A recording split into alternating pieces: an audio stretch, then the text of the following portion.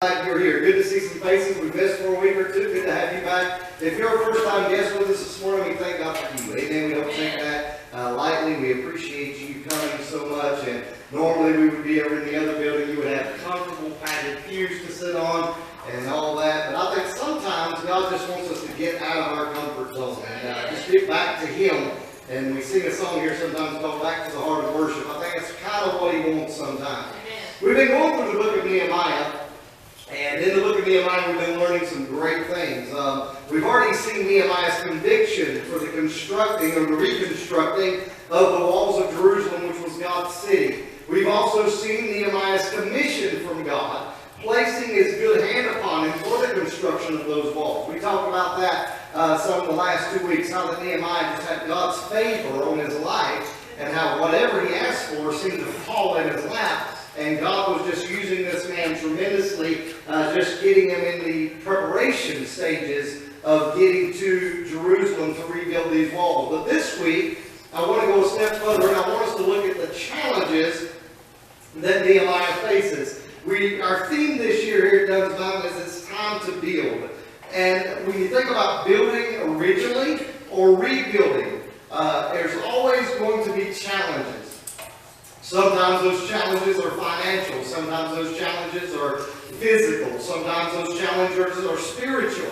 Sometimes those challenges are lack of resources at the moment. And there's all kinds of challenges we face. Sometimes those challenges are attacks from the enemy. And there's all these challenges that we face. And so this week as we look into the text, we're going to go further in this story and close up chapter number 2. But I want us to look at verses 17 and 18 as a springboard text, if you will, because it just is an encouraging text out of the story. And it says there, and you don't have to stand this morning, I'm going to just read it and teach to you a little bit. It said, "Then said I unto them," this is Nehemiah speaking. He says to the people of Jerusalem, he says, "You see the distress that we are in, and how Jerusalem lies waste, and the gates thereof are burned with fire. Come and let us build up the wall of Jerusalem, that we be no more a reproach." That word means that we're not going to be ashamed to our God.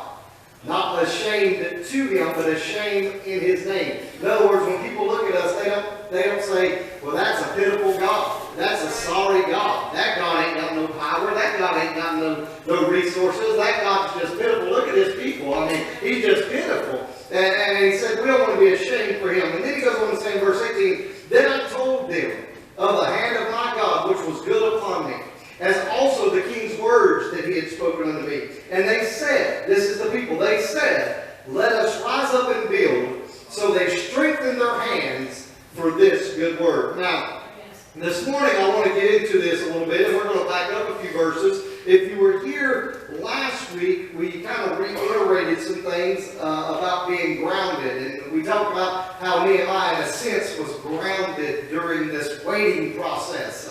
The week before, we talked about it's worth the wait. Last week, we kind of built upon that, if you will. And we talked about being grounded, because being grounded is not a bad thing if you're grounded in the right thing. And Nehemiah was getting grounded, rooted, if you will, into God. And so we are thankful for that. But this week we're going to go a little further. And we found that last week, in the last 2 weeks, we talked about Nehemiah went to the king and he began to request some things. Finally, God gave him the opportunity. He always had an audience with the king, but the opportunity, the door swung wide open. Nehemiah was prepared, and so when the door flew open, Nehemiah was ready to give an answer always for the faith in which he believed. And he was there, and the Bible says that Nehemiah began to say, "Well, king, the reason I look so sad is because it's more than just, I'm not sick, it's a broken heart. I am burdened over God's people. I am burdened over God's kingdom." And Nehemiah begins to share that. And I'm going to tell you something this morning.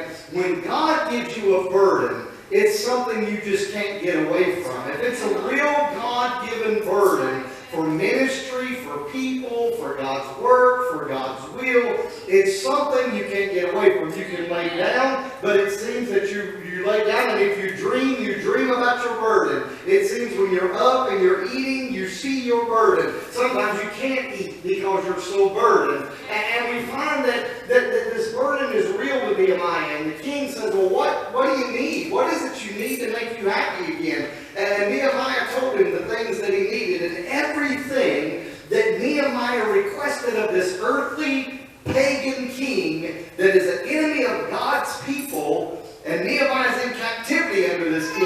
The king said, oh, I have all those resources here. And we find in the story as we pick up this morning that Nehemiah's got letters from the king. So any other leaders he comes across crossing the rivers and going to Jerusalem, anybody he comes across, he shows that letter. And in that day, that was just a good thing. If you had a letter, it meant that people would let you pass through their lands, especially a letter from the king. And so he's covered on that. And the king says, what else do you need? And he says, well, he says, I need resources. I need lumber from your timber, from your forest. And the king says, it's done. Take what you need. What else do you need? And so everything Nehemiah begins to ask for, God is just handing it to him and giving it to him, even through an evil man. We find that what happens is really, in essence, is King Artaxerxes is backing this effort of rebuilding the wall because of Nehemiah's character around him. And I shared that with you a few weeks ago. I know that we shouldn't be in love with the world, and I know that we shouldn't be so entwined with the world, but we should keep our character up with the world. The Bible says a good name is honored above everything else, and we should keep our character with the world, because what we find is sometimes God will use evil men to fulfill his purpose and give you the resources through them to do that. Amen? And so keep up your good character and your good name. But here in verse number 9, we find that it says, then I came to the governors beyond the river, and I gave them the king's letters. It's a good thing he had them. Now the king had sent captains in the army and horsemen with me. Alright, so we find that not only did the king give him what he asked, the king went above and beyond, and he said, you know what? I'm going to send horsemen and armies with you. If any other leader tries to give you any slack, any kind of problem, I've got your back. I've got army. I've got soldiers surrounding you. I want to make sure you get there, and you're my favorite. I want to make sure you get back, because I like the way you make me feel. I like the encouragement you bring to my life. And so the first thing I want to show you tonight, we're going to jump this morning, we're going to jump down, is that in verse number 11, it says, so I came to Jerusalem, and was there 3 days. And I arose in the night, and I and some few men with me. Neither told I any man what my God had put on my heart to do at Jerusalem. Neither was there any beast with me, except or save the beast that I was riding on. And I went out by night by the gate of the valley, and before the dragon well, and to the dung port, and I viewed the walls of Jerusalem, which were broken down, and the gates thereof were consumed with fire. Then I went to the gate of the fountain, to the king's pool, but there was no place for the beast that was under me to pass. Then I went up in the night by the brook, and viewed the wall, and turned back, and entered the gate of the valley, and so returned. We find here with Nehemiah's challenge, when we are talking about building, when we're talking about rebuilding some things. Now realize we're not talking about physically most of the time, okay? They are here, but in our reference, we're going to apply this spiritually. We're going to apply this to our spiritual lives. A lot of you have had walls that have been torn down in your life over time by people, by devils, by health, by a lot of ways. You've had walls that have torn down. And what happened is that you are left with ruins in your life. You have ruined relationships, you have ruined health, you have ruined wealth because you didn't handle your finances right, you have ruined everything around you. And you look to the left, you look to the right, you look in front, you look behind, you look up, you look down, and all you see is ruins. All you see is rubble. You have a place of worship in your life, and that's fantastic. Amen. You need that, but you are just satisfied with the worship and not working because you're looking around and it's not worth the effort anymore. But what we find is with Nehemiah, he sees something that they don't see. He has a burden they don't have. And I believe we have to get to a place in our life where we have a burden for our own life. If you don't have a burden for you, it's hard for me to get a burden for you. Amen? It's kind of like Jesus said like this. Jesus said, if a man don't work, he don't deserve to eat. And so if a man's not willing to labor a little bit, if he's physically able, if he's not willing to get a job or try to get something to make some money and get some work, then you know, hey, Jesus said he didn't deserve to eat. Let's just be honest. And so I look at it like, if I don't have a burden for my life, if I don't have a burden for my family, if I don't have a burden for my church, then why do I expect somebody else to have a burden for us? Amen? How can I expect you to be burdened over my spiritual well-being if I'm not burdened over my spiritual well-being? And so the thing is, we we find Nehemiah is given this burden for people that don't even have a burden, and that makes it tough. I've been in his shoes. You ever talk to a family member that don't care if they go into heaven or hell, and you're concerned over them, you're burdened over them, you've been praying for them, but they could care less what their eternal existence looks like because they're just caught up in the here and now. They can't look ahead because they're so focused on now and their past. And so the thing is that I've had those times, and it's tough. It's tough to know that you're weeping for somebody while they're enjoying life. You're crying and you're staying home, and you can't even eat while they have eating filet mignon and drinking wine. It makes it hard. And Nehemiah's in that place. He has to travel 800 miles to get to this place from where he's at. But he travels there and he gets there. And the Bible says the first thing he has to do in this rebuilding phase, the first thing he has to do in this reconstruction of his life, if you will, the first thing he has to do is he has to take an investigation. An investigation. In other words, he has to experience it for himself. Have you ever had someone tell you how bad something is? And you may have some kind of empathy towards it because you can kind of conceive it, but you don't really understand it till you do it or experience it yourself. In other words, I could tell you how bad that 9/11 was. Let's say 9/11, when all that happened, the terror attacks. People were talking about how bad it was, and it affected everybody across the country. But I can tell you this, for the ones standing at ground zero that day, it affected them totally different than it did me sitting in Albemarle watching it on television. It was a totally different experience because even though I'm experiencing it, even though it's touching my life because it involves my nation, it didn't involve me personally because I wasn't there. Nehemiah gets there, and for 3 days, he says nothing to no one. Now realize he's arrived with lumber, he's arrived with people, he's got an army, he's got an entourage, he's got people with him, and nobody's really asking questions, and so he doesn't give any answers. And so he shows up, the Bible says, and he experiences it for himself. In other words, what we find is Nehemiah gets up late one night, in the dark time of the night, and he gets on a horse, if you will, and he goes riding. And as he's riding, he goes out and he goes counterclockwise around the city and the ruins of the wall.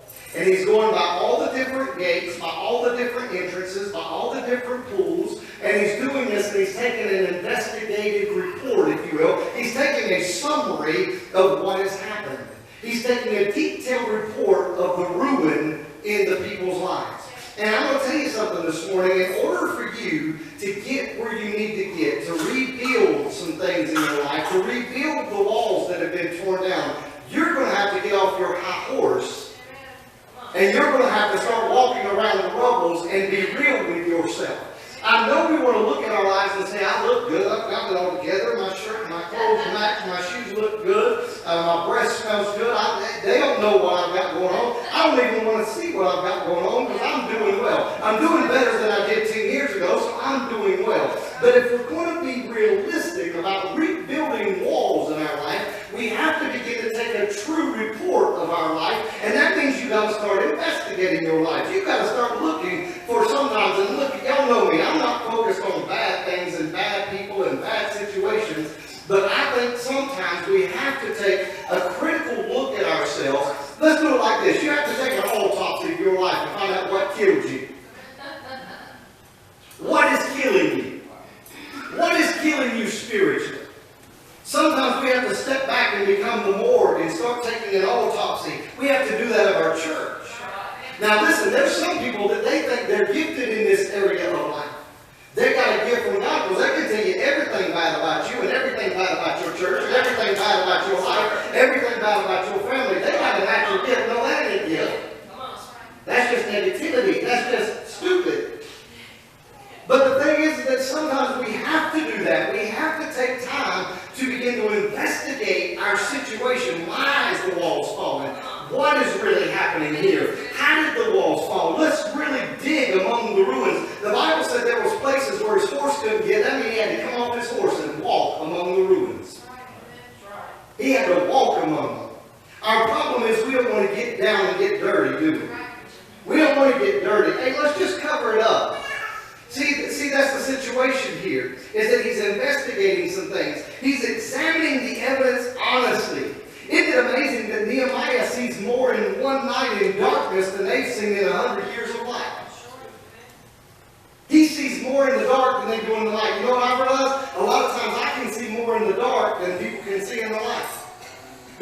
I'm taking time to investigate. I'm taking time to examine the situation, to look at the evidence before me. Evidence doesn't lie. Evidence doesn't lie. And so if something's not working, then that means that there's a problem. There's a DNA structure that needs to be fixed. There's a disease in the system. We need to find the cure. You can't just say, okay, let's put a Band-Aid on it and let it get better. You've got a cut with gangrene. You better get that thing fixed or you're going to die. Your ministry's going to die. Your church is going to die. Your family's going to die. You're spiritually going to die. You better begin to examine the evidence and investigate the situation if we are going to see rebuilding. And as a church this year, I think we have to do that. You see, what happened is this has been this way for 100 years. And over 100 years, they have tried. There has been some attempts to rebuild these walls. But every time they try, the enemy comes in like a flood and distracts and detours and it discourages the work, and so it never gets finished. Never even really gets started on the ground level. And so they have come complacent. They have decided it's okay. We've got a place of worship. We don't need the walls.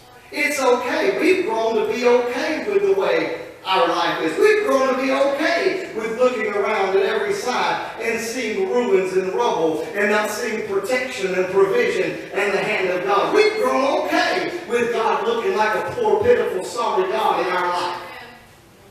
How many people do we know like that sitting in the pews this morning?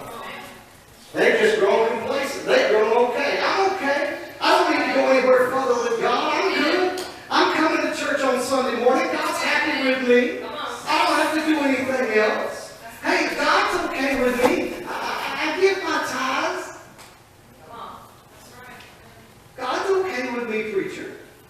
No, it's time you take a critical look at your life. It's time that you begin to examine. It's time that you begin to look and say, why am I so stagnant? Why ain't I got joy? Why ain't I got peace? Why ain't I got happiness? Why don't I have a passion in my life? Why don't I have something I want to accomplish for God? Why don't I have a zeal? Why don't I have a fire? Well, where is this at? How do you have that in all you've been through? And I don't have that. It's because I take examination. The Bible says, the psalmist said this. He said, God, search me and see if there's any wicked thing in me. And as he said that, what he was saying is, God, let me walk with you in the dark times of my life. And let's walk around the walls of my life. And let's see where they're tore down. And if that's tore down, I've got to find out why it got tore down and how I can make it stronger this time. I've got to realize, God, if I go over here, that it's only going to become real if I begin to experience it. And if I try to push it away and I don't experience it, then it can't become real. When I counsel people a lot of times,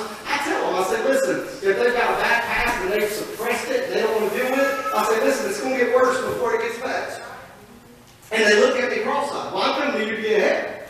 Well, the problem is you pushed it away, and now we got to dig it back up. We got to dig up old bones, and we got to deal with those things, because before we can get to your future, we got to deal with your past, and we got to get past your past so we can press forward to your future.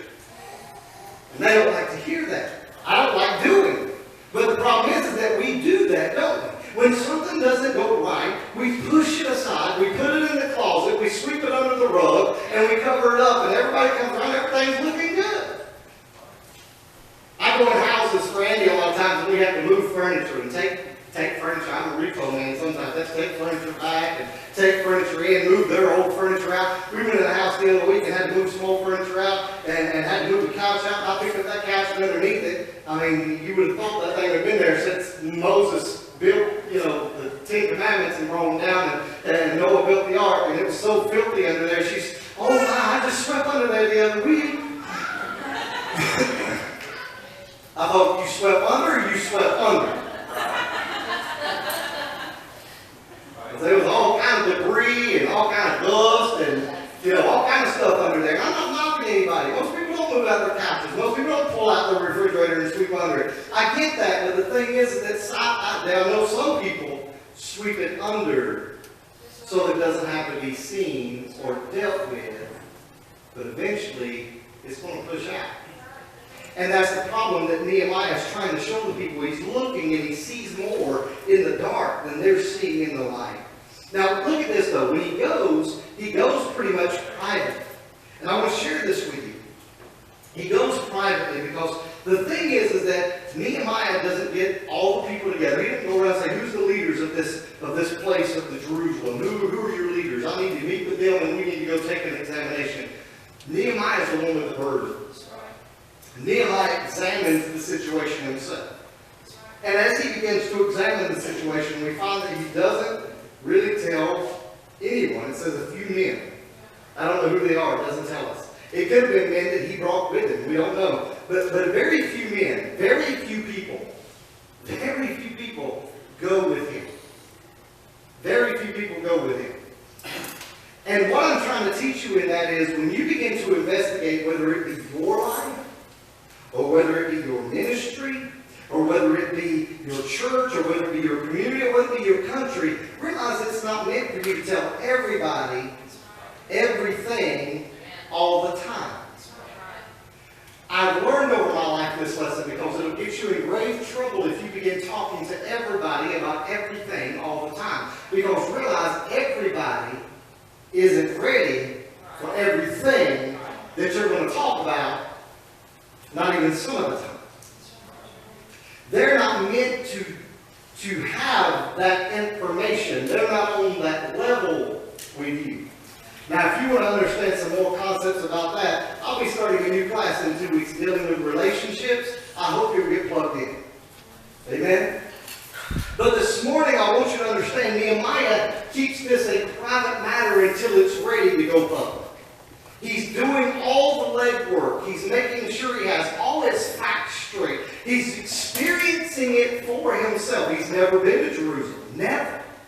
He's only heard the stories. In his imagination, he's seen the walls. But now he's weeping. I know he's weeping. He wept before he got there. He's weeping over the current status and situation of God's city and God's people. And he's thinking, man, what a shame we're bringing to the name of our God. He's the only true God. And look how we're living. We're living amongst a bunch of ruin. And he said he wants us to live like we're rich, and we're living like we're ruined. He said he wants us to live like we're victorious, and we're looking like victims. I don't understand what's going on, but I know that it's killing me to dig in this rubble and walk over it, and it's killing me. I got to get this thing fixed. He took an investigation. The next thing we see as we go through the story is we found in our story in verse 16, it says, and the rulers, so it tells me he didn't take the leaders, the rulers knew not whether I went or what I did, neither had I as yet told it to the Jews. He hadn't told no Jews what's going on, nor to the priests. He hadn't told no religious leaders, nor to the nobles. This is just common people. He said, nor to the nobles, nor to the rulers, nor to the rest that did the work. Then said I unto them, so he comes to them now. And it's the next morning. He's not slept all night. He is just broken. He comes to them the next morning. He says, let's gather together, God's people. Come on. Family, let's come together. See, sometimes what we don't realize about rebuilding the church this year is that sometimes we're going to have to just come together as family. Did you know when you come together as family, you can talk about things you just can't talk about in openness? In other words, I can talk about things with my family that I'm not going to talk about in public. And so there's times where you got to have those family meetings and you just trust everybody in the family and you try to relay the burden to the family. And as you're giving the burden that God's giving you to the family, or you're giving the vision, or you're giving the information of the examination of the evidence and all these things, as you're doing that, you can share that with the family, but you want the family just to understand what you're sharing with them, and let's work on it together. And so we find that he's giving them a lesson in cooperation. He's had the investigation. The investigation shows up that everything I've heard is true. It's actually worse than I thought, and all this. And now he says it's time for an investigation, but now time to get the people because I need cooperation. I'm one man. I cannot build this wall by myself. Now I know in a lot of churches and in a lot of denominations, and I know in a lot of places, it's the theory. I don't know where it came from, but it's the theory that we pay the preacher, and it's his job to do everything. Isn't that right? That's the common denominator of most churches. We pay him, and it's his job to make sure he visits. It's his job to make sure he calls. It's his job to make sure that heat's running over there. It's his job to make sure that the chairs are around. It's his job to make sure the media is running. It's his job to make sure everything's going right and everything and all this. And for years I did that. For years I stretch myself like Stretch Armstrong. I was way over here to the left, I was way over here to the right, I was way out here, and I was way out here. And I just realized I wasn't meant to be pulled in all those different directions. And so now, thankfully, I'm growing into a place where I'm realizing I can delegate some stuff and say, hey, I trust you, go do this. I trust you, go do that. I trust you, go do this. And let's get this thing done. If I'm Jesus' hands and feet, you're going to become my hands and feet. All right? We're going to do this thing together. Because what I realized is, as I studied the Bible, the Bible says that the original apostles, the reason they even elected deacons to take care of the physical needs of the church was because they said, we got no time to study and pray, and if we study and pray, you ain't getting fed. So we're going to dedicate ourselves to study and prayer. You go take care of all this stuff. That's right. That's right. My point is this, is that sometimes we try to do too much with too little. My point is that in Nehemiah's situation, he's got a wall that surrounds a city, and he's the one with the burden, but he knows I've got to share this burden with people and cast my vision, and if they can see my burden, then we can do this together, and with 2, we can do more than with 1, and with 20, we can do more than with 1, and with 50, we can do more than with 10, and with 100, we can do more with 50. You see what I'm saying? He said the more people we have involved, and I don't know, there's probably, very few that knows anything about building a wall. But he says, that doesn't matter. I don't know nothing about building a wall, but we're going to work together and we're going to build a wall. You say, preacher, I don't know nothing about building a church. It don't matter. We'll work together and we'll use what you do know what you can do, and use your talents and use your gifts, and we will build God a kingdom. We will build him a church. That's why he said all the members are one body, but they fit jointly together. He said the hand doesn't say to the leg, I'm jealous of you. The eye doesn't say to the ear, I hate you because I can't hear. The eye says, hey, you can't see, and the ear says, well, you can't hear. But if we work together, we'll get somewhere. Amen? The thing is that we have to use our individual abilities, but most of all our availabilities, so that we can do something. It's the same function in a family. You have to work together as a family unit, because if you don't, you become jealous of each other, you become envious of each other, you become struggling with each other. You have to work as a unit. That's why the Bible says, no offense, ladies, it's just God's word, that you are to help make. He is the head of the home, you help him, and he should help you. And y'all should work together. And if y'all work together, you can see a happy, healthy home. Amen? But the thing is, so many are not working together, and they're struggling. So many families are not coming together, and they're fighting and feuding. So many relationships are being destroyed, and so many works for God are being destroyed because churches can't come together. I just heard this week of a church sometime over last summer that had tremendous problems with a pastor and a person in the church, and the pastor even went and took a restraining order out against the person because he was fearful for his life, he said. But the thing is that I'm just saying this morning that it should never come to that. There's ways to work around those scenarios. And this morning we've got to begin to comprehend that if we're going to build for God, that we have to build. Now don't take me wrong, that might have been a relationship that needed to be severed, because again, there's got times it says to tear down and then build back. Sometimes you have to let some people go, and I have time to get into encouraging the enlisting of others. In other words, it's such a tremendous undertaking that he can't do it alone. He needs help. I will tell you this morning. Are you listening? I will tell you this morning that I am not able solely to accomplish what God has put on my heart to do for his kingdom through our church. I can't. I can work day and night, 365 days a year till the day I die, and if that's 190, I still will not have accomplished what God wants to accomplish. It is going to take a cooperative effort. It is going to take us working together. It is going to take you doing something other than showing up and sitting on your hinder parts and thinking you've accomplished something. You have to get involved. You have to see the burden. If you want the burden, come talk to me. I'll give you the burden. I may not be the best person of casting the burden sometimes, because I've not been used to doing that for so many years and taking it on myself and trying to make it happen. But I'm trying to get God to teach me how to be burdened and how to show the burden to other people. And I'm burdened. I'm burdened that we've got a humongous building over there that sits half empty or 3/4 empty. I'm burdened that there's people around our community that's dying and going to hell, and we really are not showing we care. I'm burdened this morning. Is anybody with me? Are we examining heavens? I'm burdened that our ministries aren't flourishing when we're trying to feed you the Word of God and give you relationships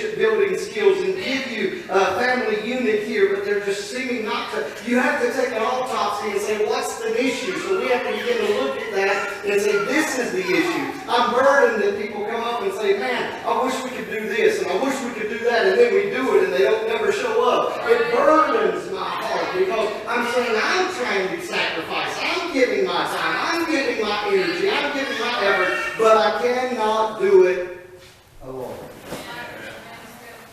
Amen? So we talk about investigation. Michael Jackson said it's got to start with the man in the mirror. That's where you got to start, is with the man in the mirror. You got to begin to look at yourself and say, hey, God, I got to realize my life is not my own, but it's yours. You bought me with a price. I don't belong to myself. I belong to you. And so whatever you need me to do to fulfill your will for your kingdom, then let me fulfill that. And you got to begin not only to do that, but you got to begin to jump in and start cooperating. You can't just investigate. You got to cooperate. And he encouraged God's people to help him with the word. Look at what Nehemiah said. He didn't say, hey, I want you to work for me. He said, I want you to work with me. And this morning, I'm telling you, anybody that knows me here will tell you, I'll come up here and paint. I will come up here and we will dig in a toilet for 2 hours with Chad Davis with gloves tied up to his neck. We will do what we got to do. I don't mind working. I'm not afraid of work. I was raised not to be afraid of work. But I get frustrated when I'm working by myself. And you get frustrated. That's what happens in marriages. One person's working, and the other person's flicking the TV, or the other person's sitting on the telephone, or all this stuff. You can't do it alone. It takes more than one to get it accomplished. And when we're talking about building a kingdom for God, it takes everybody. Everybody. Everybody that's a child of the King, from young to old. You say, well, I'm a little boy. Well, I know a little boy that slayed a giant. Well, I'm an old man. I know an old man that built an ark. If you're living and breathing, you have a purpose. You've got to find that purpose, fulfill that purpose, and help with the purpose of growing and building the kingdom of God. I believe it's a year to rebuild. I truly do. I'm not alone. It blows my mind.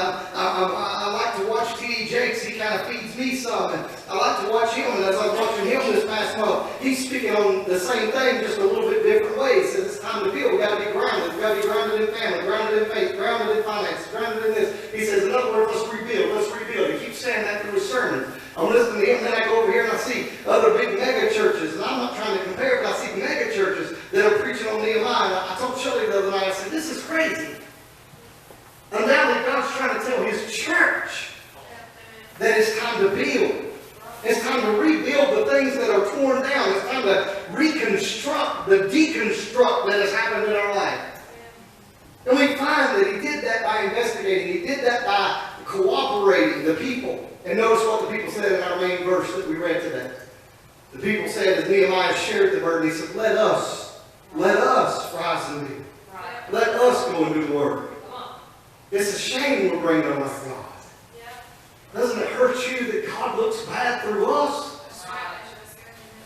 All of a sudden the people said, let us rise and build. Let us strengthen our hands. They said, we ain't ready, but we're ready to get ready. Let us strengthen our hands for the work that is coming ahead. This little woman's over here, she said, I don't know nothing about building a wall. Well, baby, bake some bread, because we're going to have to eat while we build this wall. This little old man, he's over here and he says, I'm too weak to do anything. Well, maybe you can just figure out, maybe you got the knowledge that we don't have. And you can tell us how to mix mortar. You can tell us how to hew a rock. I don't know, but something you can do can help us. Well, all I do is clean good. We want you to clean the wall. We don't want a dirty wall. We want it looking good for God. I'm just telling you. And we're going to get to that part of this. But there's things that we have to do. We all have to be actively engaged and involved in the work of God in order to see the rebuilding process. Thirdly, we see the determination. The determination. Look with me in verse 19 and then verse 19 and 20. Let's go back a little bit, because we find that he comes across the river to the governors. And it says in verse 9, let's go 9. Then I came to the governors beyond the river, came with the king's letters. Now the king had sent captains and army and horsemen with me. Verse 10, when Sanballat the Horonite and Tobiah the servant, the Ammonite, heard of it, it grieved them exceedingly that there was come a man to seek the welfare of the children of Israel. Now look at verse 19 and 20. But when Sanballat the Horonite and Tobiah the servant the Ammonite and Geshem the Arabian, they didn't guys that we another one in, heard what the people said, heard, let us rise up and build. They laughed us to scorn and despised us and said, what is this thing that you do? Will you rebel against the king? Then answered I them and said to them, the God of heaven will prosper us. Therefore we his servants will rise and we will build. But you have no portion, you have no right, and you have no memorial in Jerusalem. In other words, shut your mouth. So we find his determination is tested. Do you see the challenges? The first challenge is he has to get real about this situation. He has to get invested. He has to become involved. He has to experience it. And as he does that, he's able to make an adequate assessment of the evidence and evaluate the evidence and take the autopsy, if you will, take the facts and look at them. And from there, he says, now my next challenge is I've got to be able to convey this to the people to get their cooperation. Because I can't do this alone. He begins to convey that. That challenge is met by God. And God says, there you go. I've given you the vision. I've given you the burden. I've shown you the truth. And now I'm bringing you over here. And I've given you people now that are willing to jump on board and work with you. And then all of a sudden, he has his determination tested. His determination. How determined are you to do it? How determined? What kind of sacrifices are you willing to make for God's kingdom this year? What kind of sacrifices are you willing to make in order for your life to get closer to God and rebuild those walls of prayer, rebuild those walls of knowledge, rebuild those walls of faithfulness to God, rebuild those walls of being a friend to God like he's a friend to you, rebuild those walls of trusting somebody other than God a little bit because you never let go and you've built walls, but now God said tear down those walls that you built and let me rebuild walls in their place so that you can begin to trust and you can begin to love and you can begin to help and you can begin to quit hurting and you can begin to quit being imprisoned by your walls. Because when I build walls, I put gates in the wall so you can come in and out. But when I build walls, they are real protection. When I build walls, I'm going to provide what's inside those walls. When I build walls, I'm going to be personal with you. So how much sacrifice are we willing to make? How much time are we willing to give? We talked this morning in class, where Chad wasn't here, I talked this morning, and we talked about fasting. Biblical fasting as men, and what that means. That's not a Baptist term, but basically it means what I'm talking about. What are you willing to sacrifice to see it come? What are you willing to sacrifice to see it come? Jesus said this, he said, you can't serve two gods. That's right, that's right. And there's a lot of people serving their belly over God. I'd rather eat than get real with God. Or they're serving mammon, which is money. I'd rather get rich than get real with God. I find if you get real with God, you're going to eat. You're going to have what you need. So, I mean, you can't go wrong. You just get real with God and everything begins to fall in place. But sometimes it takes evaluating, investigating. Sometimes it takes getting cooperation. You can't do some things by yourself. There's nothing wrong with asking for help if you need help. But don't go to somebody that's in as bad a shape as you are to get help. Amen. If your marriage is falling apart, this brother over here, his marriage is, they get ready to sign the papers. Don't go say, hey, can you help my marriage?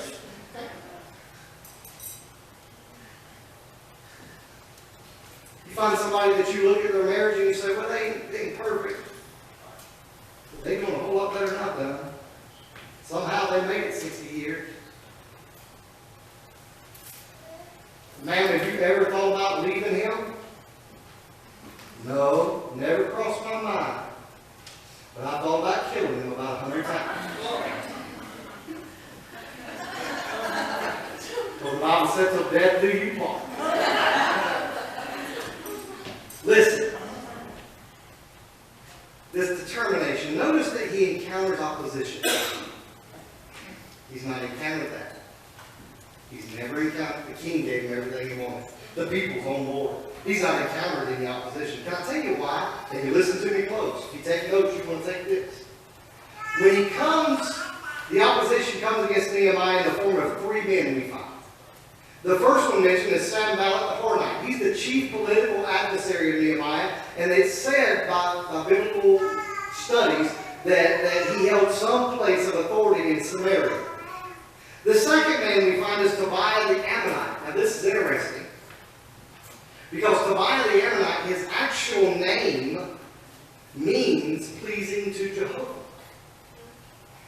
So in other words, if you just knew who he was on the outside, without knowing who he was on the inside, you would think he's pleasing to God. So if he says, let's don't build the walls, we just pleasing God by not building the wall. Then we find lastly Geshem. Geshem, the Arabian, was the chief of the Arabs south of Palestine. Now notice that the opposition didn't come in the placing stage. When God gave Nehemiah the vision, there's no opposition. When God gives me visions, there's no opposition. Because that's all it is. It's a vision. It's a dream. It's a desire. Then I find that the opposition didn't come in the praying stage. When Nehemiah's praying about it, there's nobody fighting against him. There's nobody ridiculing him. There's nobody persecuting him. He's praying. The devil looks and says, it's okay. He can have a vision placed in him, and he can pray about the vision. I'm not worried about it. You know how many people do that? Then we find in the preparing stage, when he's getting all the information together, when he's finding out who has the lumber, who has the timber, what am I going to say, how am I going to say it, what am I going to do, there's no opposition. No opposition. Then we find, not only in the placing, in the praying, in the preparing, but we find it's in the progressing stage. When the vision begins to go from a willful desire to work. When you get to the place that you're going forward with the vision, you've shared it with people, and now people are getting on board. That's when the opposition comes. That's when the enemy starts paying attention. You don't care how much you pray. He'd rather you not, but he's not real worried. You know how many people say they love God and they're praying? You know how many people say they love God and they have a dream for God and never do anything with it? Do you know how many people preparing? I mean, they get to the preparing stage. They figured out the material they're going to write their book on to help other people. They figured out the ministry that God wants them to start, but it stops because they never get into the working, the progressing side of it. Oh, they'll worship God about it. They'll shout on Sunday morning, oh, God's about to do something through me, but He can't if you don't make yourself available. He can't if you don't start doing the work. You've got to begin. The Bible says faith is great, but faith without works is dead. You've got to begin to work your faith. Amen. You've got to begin to say, God, I know you can rebuild some things in my life, but it's going to take me doing some stuff. I got to put forth an effort and some energy and have some enlistment of help, and I got to look at the evidence, and I got to do all these things, but God, I just got to get to work. Now, let me tell you, I'm not trying to discourage you this morning, but the moment you get to that stage, get ready. Get ready. Did you hear me? I said, get ready. When you get ready to say, yeah, I'm fixing to get my family back where we need to be, we got to get right with God again. I've been dropping the ball as a man of the house. We got to start having family devotions again. We got to start praying again. We got to start doing some things. It's my responsibility, and I let the walls fall. I wasn't the watchman on the tower, and the enemy came in and destroyed my wall. It's time to get some things back. But realize about that time that there's going to be some attack. It'll be spiritual sometimes. It'll be physical sometimes. It might be your spouse, your children looking at, I don't want to have no devotion. You've been doing it for the last 6 months. Why am I going to start it now? Do you see what's on TV? I've seen people go through it. I've seen them crumble under the pressure. But realize any good thing for God is going to be fought by the devil. It's because he's scared. He knows if the walls go up. Did you see it? What I read to you, verse 9 and 10 said, when Sanballat the Horonite And when Tobiah the Ammonite saw that a man had showed up worried about the welfare of the people, he didn't care that they was worshiping. Can I tell you something? The devil doesn't really mind you being here this morning. I hope y'all wear your big boy pants. The devil doesn't mind you being here this morning. You say, what do you mean? Judas walked with Jesus for 3.5 years. He was undercover. The devil didn't mind him hanging out hearing the word, seeing the miracles, getting the free food, getting the money and holding it. He didn't mind. What he minded was when Peter started talking about, I want to do something. And Jesus looked at Peter and said, boy, I'm praying for you because the devil wants to sift you like wheat. Opposition's coming your way. I mean, I'm just telling you. Not just from the Bible, but from my life. Anytime I go to get a burden and welfare for the people, see, y'all don't understand, I really want you to be blessed. That's why I push tithing. Y'all think I just want your money. I want you to get return. I want you to be blessed. And God knows that. So guess what? Guess what the devil does? He fights. He says, no, I ain't going to let them get blessed. No. They got to recover from Christmas.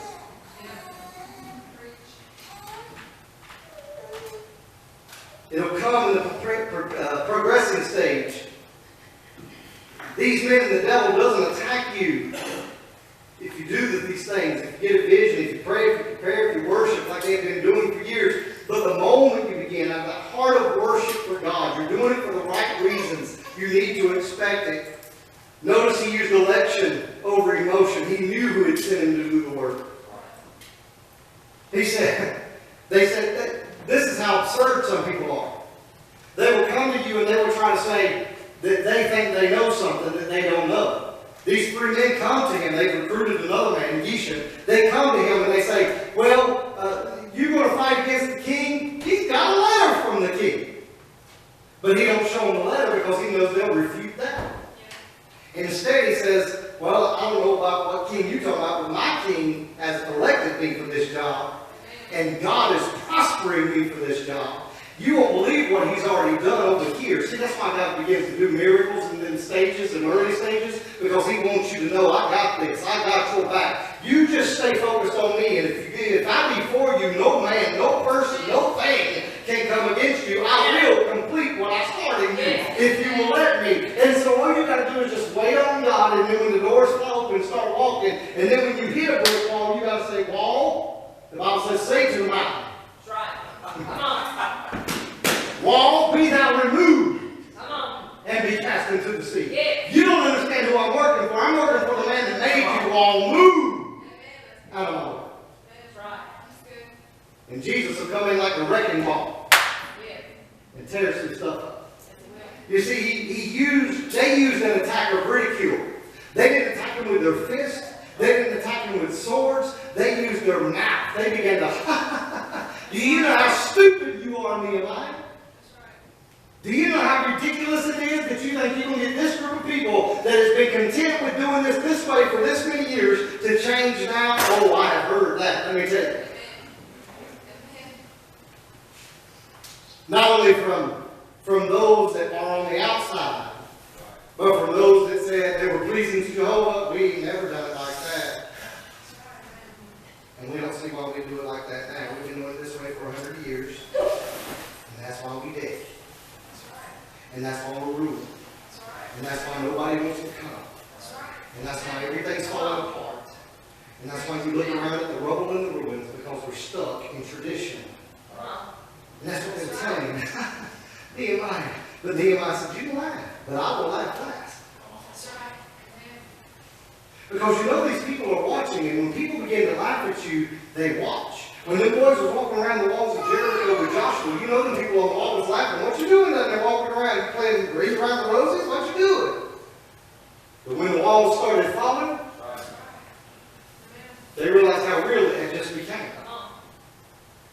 You see, Nehemiah, he goes off his election, not off his emotion. Our problem is so many times we let our emotion emotions override the truth of our elections. We let our emotions decide what we're going to do instead of God deciding what we're going to do. It's an emotional roller coaster. It's an emotional roller coaster. I'm happy. People probably think I'm bipolar sometimes. I'm happy one minute, sad the next minute in my emotions, but I have to override that and say, I know that God has ordained me to be a pastor. I know that God has called me to be the pastor of this church for this season, and I know what God has told me He wants to do. So devil, shut your mouth. People, shut your mouth.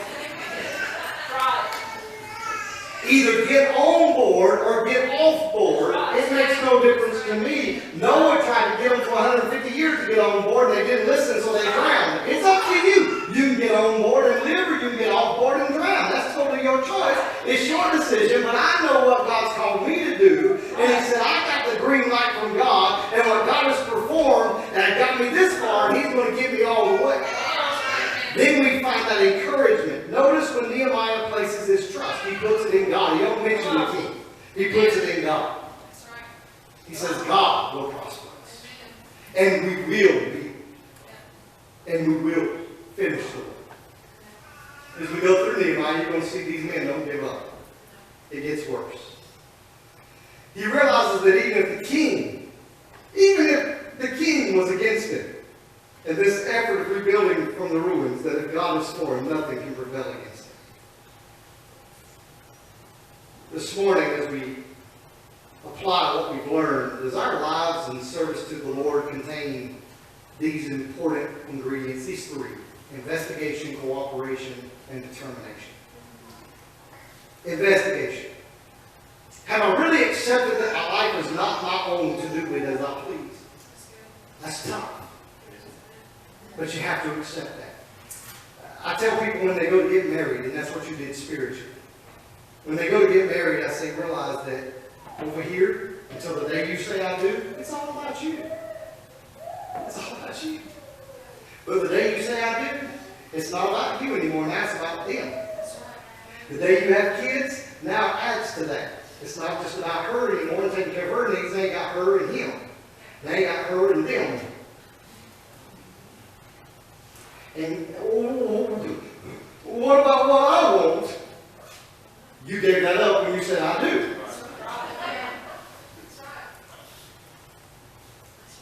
Marriage and relationship time. February 19th and 20th. Hang out with me. Amen. We'll teach you some stuff. Listen. I'm not, and the thing is that it works together, because then she's supposed not to be about herself, and she's supposed to be about you. So it works. It's like a seesaw. You're giving, she's giving. You get a rest. You're giving, she's giving. It works. The kids get in there and you work together, and it balances. They're in the middle of that seesaw and everything's working. But it's when one person says, no, it's about me. I want what I want. I'm tired of giving all the time. I'm never getting. And you can't do that. You got to give. Amen.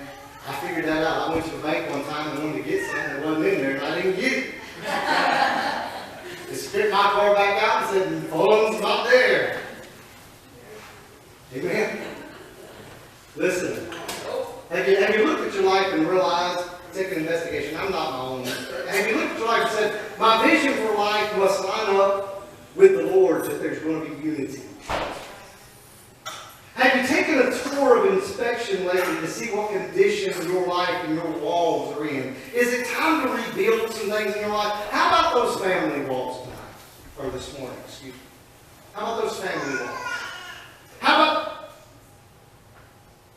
we're family, right? Most of us. How about those church walls? How about those church walls?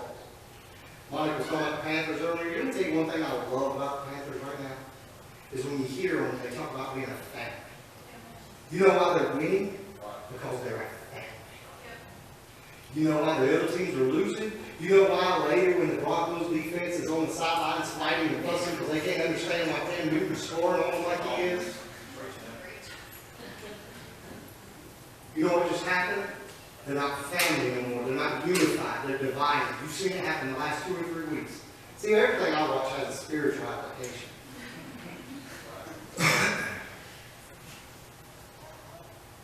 Wouldn't it be nice to dad this year.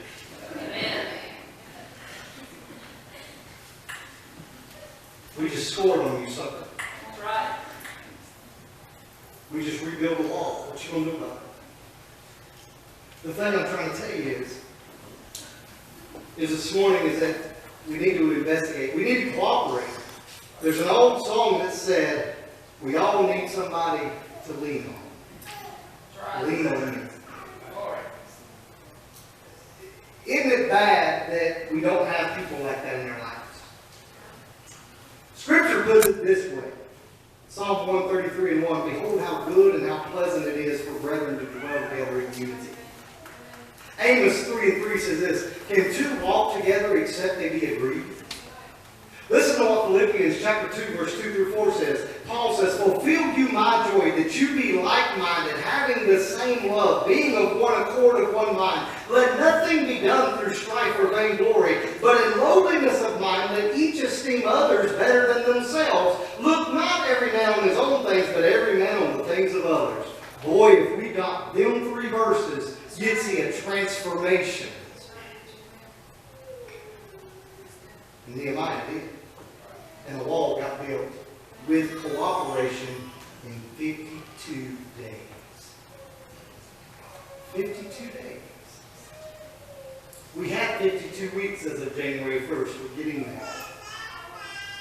The right choice in friends can make a big difference in your Christian walk. They can either lead you closer to the Lord or further away. They can influence you to sin less or cause you to sin more. A small group of committed Christians can do an awesome work for the Lord. 12 of them changed the world forever. Amen. We must keep our eyes on the big picture, not the petty things of this world. We are stronger when we love and serve each other in Christ than when we do not. But if Satan can get our eyes off Jesus and on each other, he is won. Thirdly, determination. In spite of the enemy's attacks and accusations, are you still in war? Is your calling and election sure? Paul said, make your calling and election sure. Don't walk into it lightly. Make sure you're doing what God's called you to do. If you are called to sing, don't sing. If you're not gifted to sing, don't sing. I used to be of the philosophy, can I be honest with you? I used to be of the philosophy, well, make a joyful noise unto the Lord. Everybody wants to sing, let them sing. But you know what I've learned? Them people that are sorry that go on American Idol that have no voice, I'm not paying money to go to a concert to hear them. But I will carry Underwood, or I will whoever, I'll go because they're great. They can sing. They're gifted to sing. Even though they may not use it for the Lord, they're gifted to sing. People will go hear them and enjoy hearing them sing. So if God can do anything to say, sure, if I've got a love for kids and I love them, they don't get on my nerves. I don't imagine choking them. I love them. They can tie me up and I'm having a ball. Shoot arrows at me. I'm enjoying myself. I love them. Then I know where you need to be. Amen? Chad's got a lot of financial sense. That's why he's administrator. What I'm saying is Mark's got compassion for people. That's why he's our priest here at the church. And that's why he's our people person. He loves people. He cares about people. I do too. Sometimes. But that's why he fits that role. That's why he does. And both of them pick around and we joke, but they'll be honest with you, they've not been called to pastor. They've not. And so they don't have that election. Nehemiah was called to build walls, and he knew what he was called to do. He knew what God had told him to do. He knew how God had paved the road, and he said, hey, if he paved it this far, it's going to keep getting paved, because he owns all the gold and all the silver, so he just paves roads with gold blocks. The guy that worked the roads is going to lead all around this wall. Okay? And so what we find is you've got to be determined. You can't be detoured, but you've got to be determined. Is it behind you and not determined by what Sanballat and Tobias say? If you let haters stop you, then you really didn't have a real vision. You really didn't have a burden. If I let haters stop me, if I let every time somebody laughed at if I let every time somebody spoke against what I said we could do, if I let all the naysayers and the haters get in my way, I would not be here today. I would have threw in the towel, I would have waved the flag, I would be in the bar drunk and strung out on cocaine because I can't deal with it no more. But the point is that I don't need that because I know who I am in Christ and I know what He's called me to do. And I've made sure of that. Are you listening to the counsel of the enemy who doesn't want you doing the work in the first place? Are you determined to finish the work God has called you to do, no matter what? This morning, it's healthy. It is healthy for you to take an investigation of your life, periodic, of your family. If something stops working right, if my vehicle begins not to run right, it's time for either myself to take an investigation, and if I don't know enough about it, to take it to somebody that does. And God knows everything about you. Take an investigation. Examine it. See what's wrong.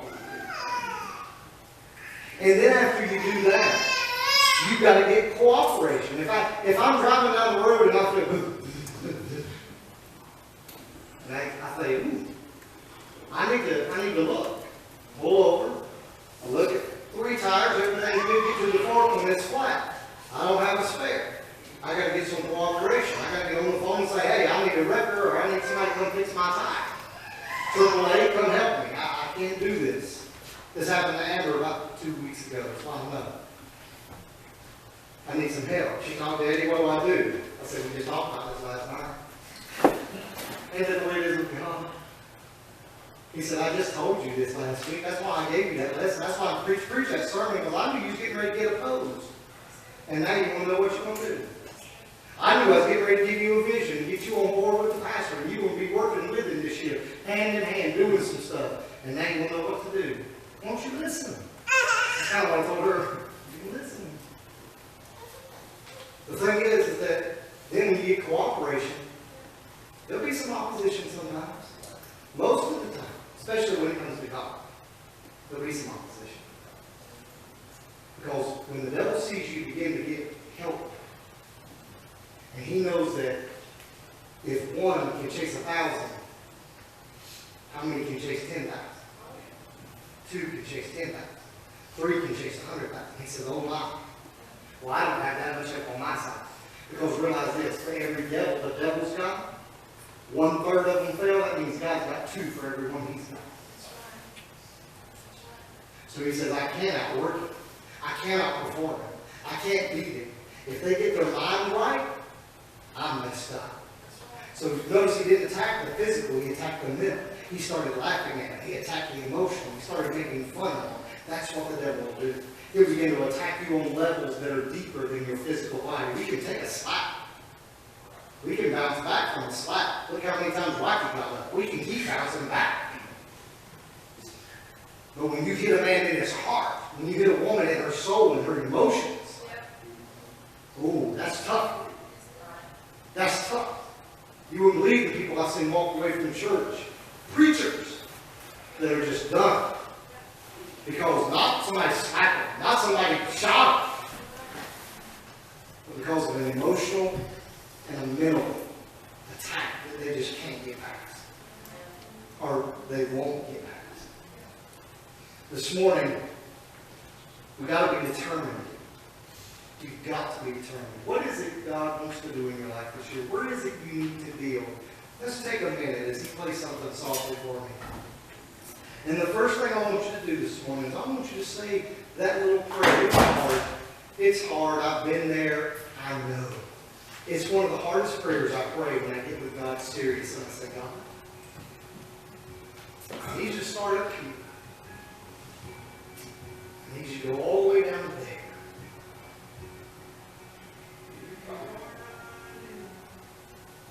If there's anything in my life that hurts you, if there's anything in my life the day you die.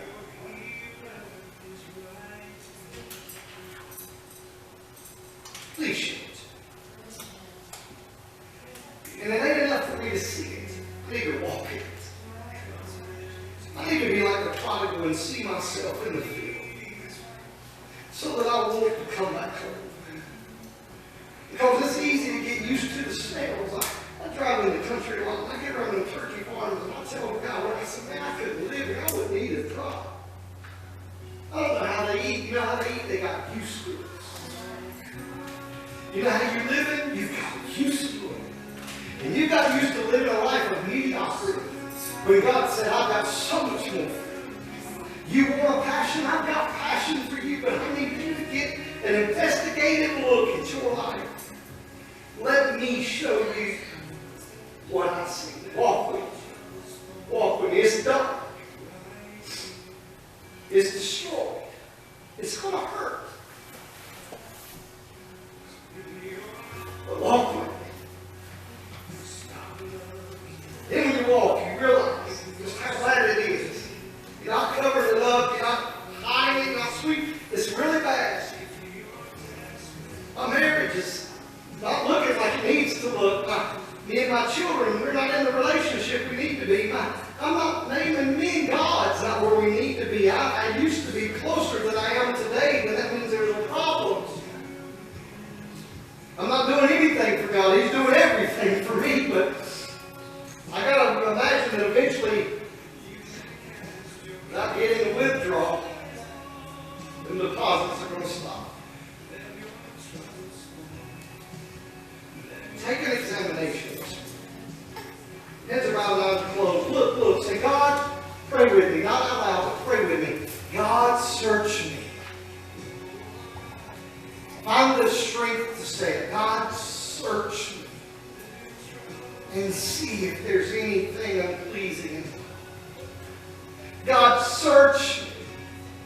And see what's hindering me from being what you created me to be. God, search me. And show me the hidden sins in my life. God, search me. And you say, I need cooperation. I can't do this by myself. God has given us the great counselor in the Holy Spirit. And He says that He can pray for us when we can't even find the words to pray for ourselves. And so this morning, as we stand to our feet, heads bowed and eyes closed, and it may not stop there. You may need help. You may say, preacher, I need help. My marriage needs help. I need help. Preacher, I need to find what I can do for God. I want to work with you in this church. I want to see God do amazing things. I want to be a part of the great movement of God.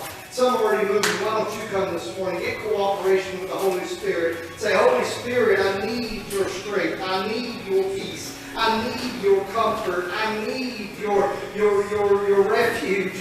I need this morning financial help, God. I need this morning family help. I need help this morning to be determined with my foes. I need help this morning to be, God, give me a vision. Give me a desire. Give me a dream. Give me a determination to fulfill something for you. God, let me get as excited about you as I am about that game coming up later that nobody's going to care about in 1,000 years. God, help me to get as zealous over the things of God that I am over the things of the world. God, help me this morning, I pray. Maybe you're already there. You say, preacher, I'm with you. I'm working with you. I will do whatever I can to help. And you've already seen the opposition come. It seems like Sundays is the hardest day you have. It seems like when it comes to do something for God, it's something that distracts you from praying, from reading, from studying. Something distracts you from calling that person and being encouraging. This morning, I'm just here to help you because God said this is your year. Some things might have to get torn down, but there's a time for tearing down. There's a time for building up that which was torn down. And if things have been torn down in your life, this could be your year. I believe it with all my soul. This could be your year to get some things back. To get it back God's way. This could be your year. This could be your year. To see God do amazing things in your life. This could, I believe this with my whole heart. You want to know my burden? I believe this is a year. I believe this is a time that God wants to see this church flourish. Not for us. I don't want my name on no sign. But for Him. Our motto at Dunn's Mountain we have made is it's not about us, it's not about them, but it's all about Him. A motto is a cheap counterfeit if it's not being lived out in our actions every day. And God said, Jody, this is a year that church can rebuild from all the ruin of over 100 years. They just got to get out of the rut and rebuild.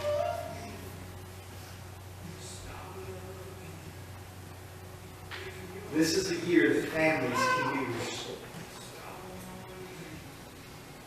Parents and children and siblings that are on the outs can come back.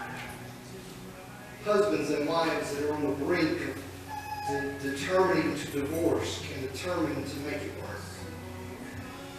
This is the year, Jody, that people's past that have destroyed their lives for 30, 40, 50 years, this is the year that they're going to get past their past and they're going to move on to their future. They're going to leave history in history and they're going to move on to destiny. That's just part of it. And it's for the welfare of the people. I'm doing pretty good overall. God's blessing me. I can't complain. Other than what I do for Him. And I need to do more. But it's for the welfare of the people. And the devil's fighting me because I'm fighting for you. All I'm asking is help me fight. Get in the corner with me. Get on the battlefield with me. If you don't want to shoot, carry bullets and give them to me so I can. Just get involved and watch what God does in your life. He'll protect you. He'll provide for you. And He'll get real personal with you. You'll wake up with Him. You'll go to bed with Him. You'll eat with Him. He'll never leave you. He'll never forsake you. Father, in Jesus' name, God, I want to say first and foremost, I would love you this morning. I thank you for your truths. I thank you for how it is relational to right now. It's a living word. And God, there's people here that have prayed around this altar this morning from end to end. And I believe there's people that have prayed in their seat this morning about ruinous places in their lives. About walls that have been broken down and left. About places that they've grown comfortable in and complacent in and okay with that isn't okay with you. God, help us this morning. Search us as a church. Show us the reasons for what we need to change. God, help us to rebuild this year, to restructure, to be the church, not that we want to be, but the church you want us to be. The people you want us to be. I've died to my life today. I said I do to you. The Bible says that I die to myself daily if I'm doing it right. God, I want to make it all about you. Every breath I take, every move I make, all about you. We love you, Jesus. Bless every person. Help every person. Give them what they need in Jesus' name. Amen. Listen, our ushers are coming forward this morning. This is listen, if you were here last week, let me explain something real quick. Quickly. I know you're ready to go. I explained last week, God gave us $20,000 to fix the colony. We're getting that. It's in the works. We're talking. We're doing some negotiating. Then He let the heat mess up, which was roughly $2,000. And I began to ask God. God said, well, that's a tenth of what I gave you. And now you give it back to me. And you get your heat fixed. Oh, maybe I jumped the boat, and I said, okay, so we're going to meet over there. I'm going to do this in faith. And God said, no, I ain't got the tent yet. Okay? I don't know. All right? So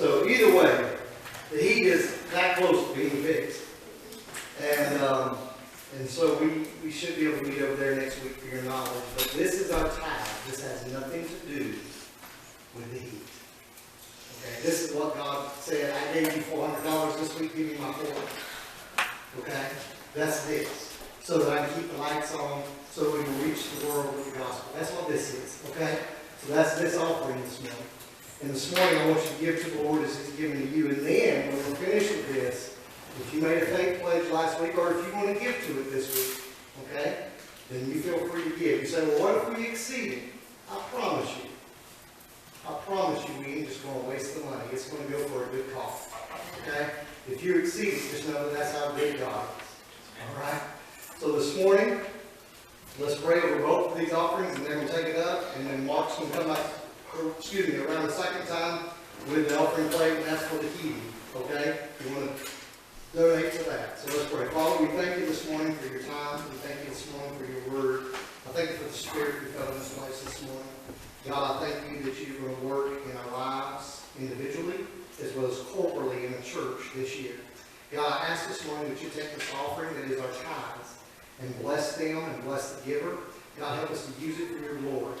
God, I pray for your blessing upon them. Malachi 3:10 said you would open the windows of heaven and pour them out a blessing they cannot receive. So God, you do that. You do that. You honor your word. And God, this morning, I thank you that you will.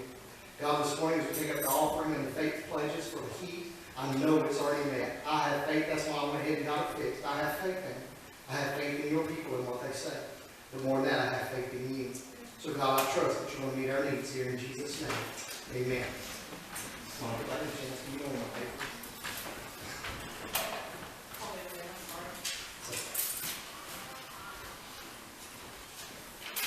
I might do it.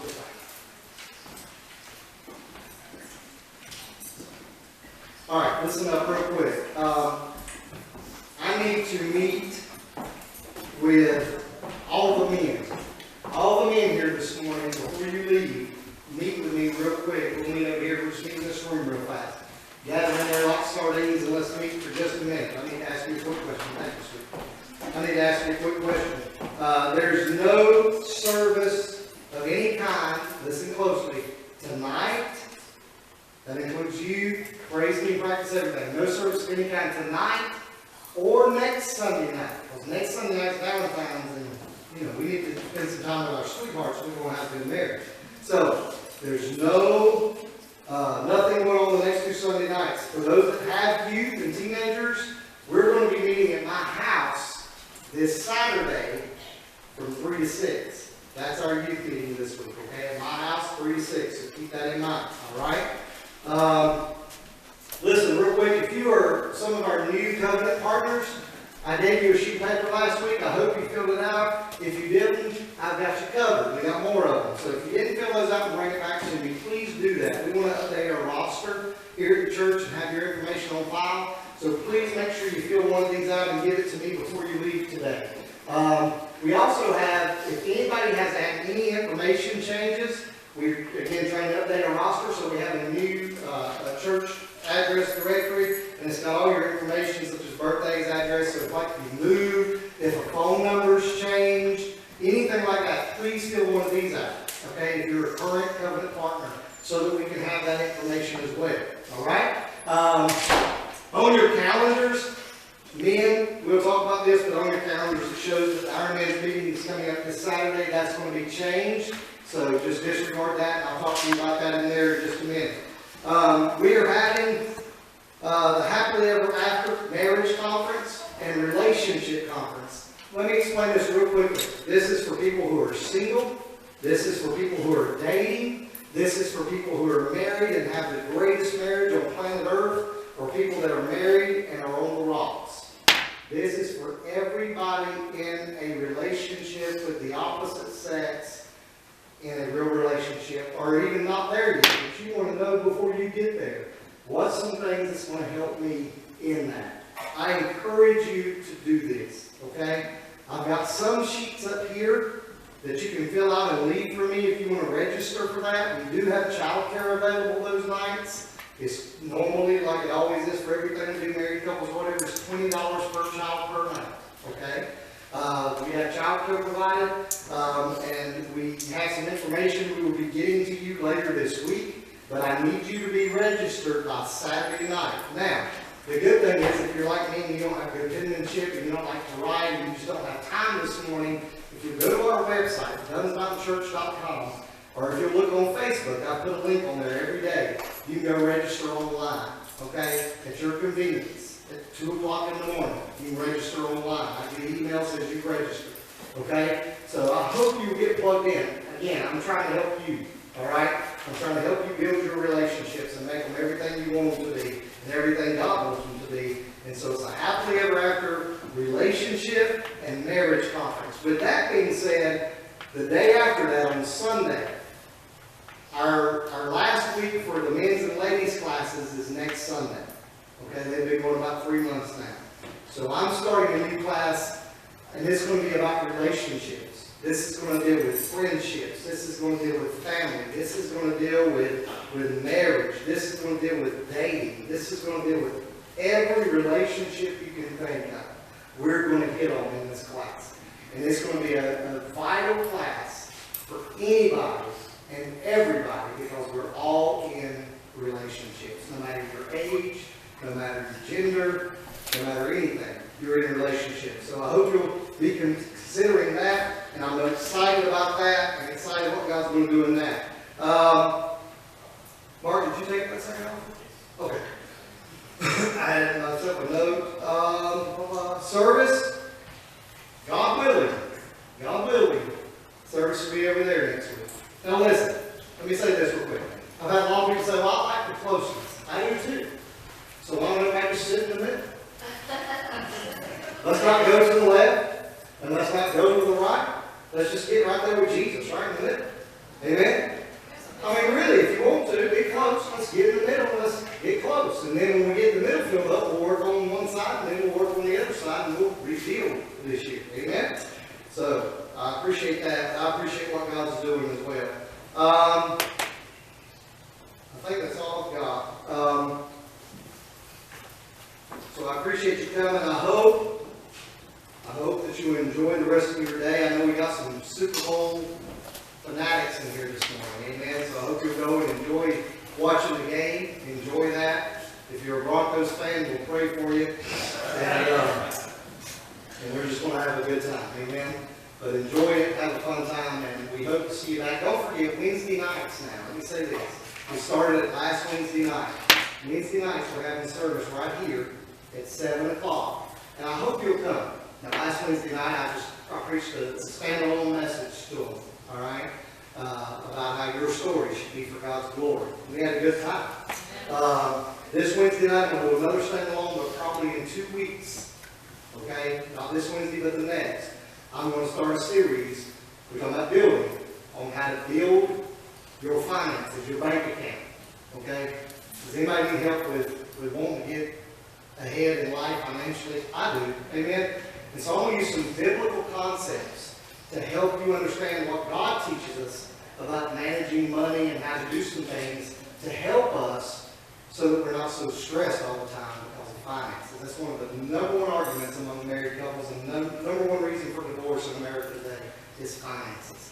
So if we want to build our relationship, we might as well build our finances. That way we can do it all together. So I hope you will get plugged into that, and we'd love to have you be a part of that as well. And so if there's anything else, we'll close in prayer. And then don't forget, I need to get to you real quickly. Give me 5 minutes and you'll be done. So let's meet real quickly. Father, in Jesus' name, we thank you, Lord. We thank you for today. We thank you for your blessings. We ask this morning that you'd be with us, God. Thank you for the sermon.